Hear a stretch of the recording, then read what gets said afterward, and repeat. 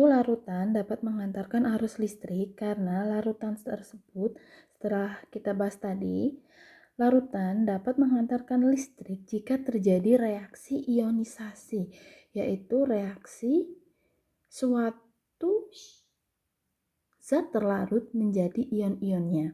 Saat zat terlarut menjadi ion-ion tersebut, maka ion-ion tersebut akan bisa bergerak bebas pada suatu larutan. Maka zat yang dapat mengantarkan arus listrik jika dia dapat menghasilkan ion-ion pada larutan atau reaksi ionisasi.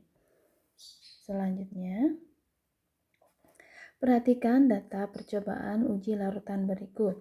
Larutan pertama nyala lampu terang, yang kedua tidak menyala, ketiga tidak menyala, empat tidak menyala, dan yang kelima menyala.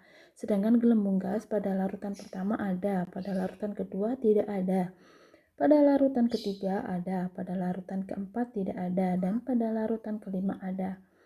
Pasangan senyawa yang merupakan larutan elektrolit kuat dan non-elektrolit berturut-turut adalah: untuk yang elektrolit kuat, ciri-cirinya adalah terdapat gelembung dan nyala lampu terang.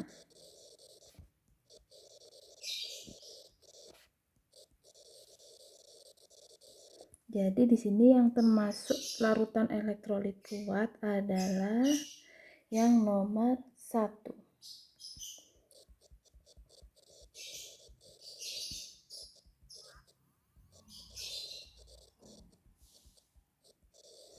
Sedangkan yang non-elektrolit ini ditandai tidak adanya gelembung dan lampu tidak menyala.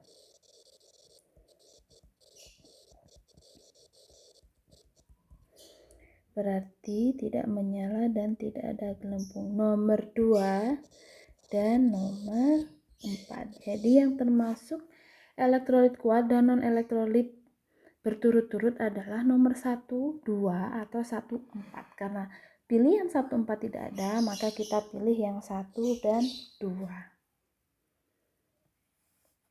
Selanjutnya, pada pengujian dua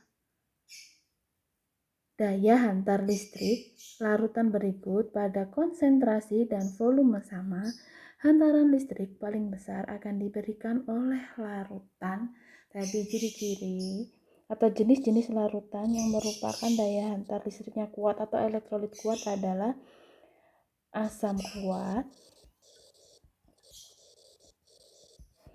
basa kuat, serta garam. Jadi yang termasuk elektrolit kuat di sini adalah garam dapur.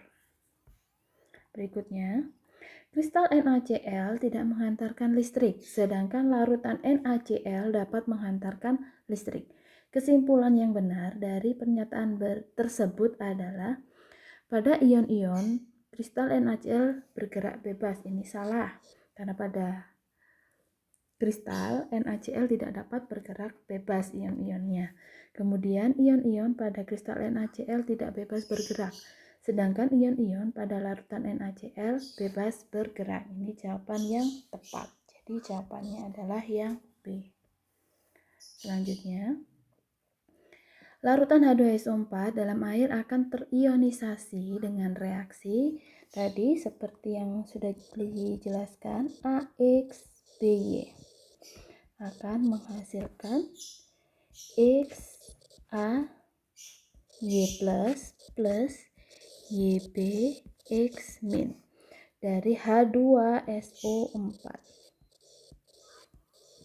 Di sini terdiri dari dua ion, ion hidrogen dan ion SO4.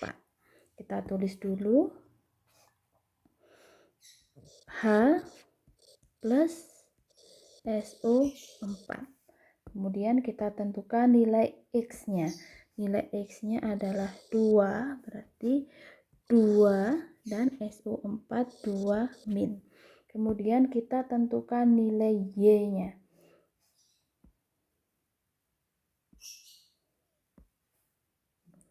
Nilai Y-nya di sini karena H2SO4-nya berjumlah 1, berarti Y-nya adalah 1.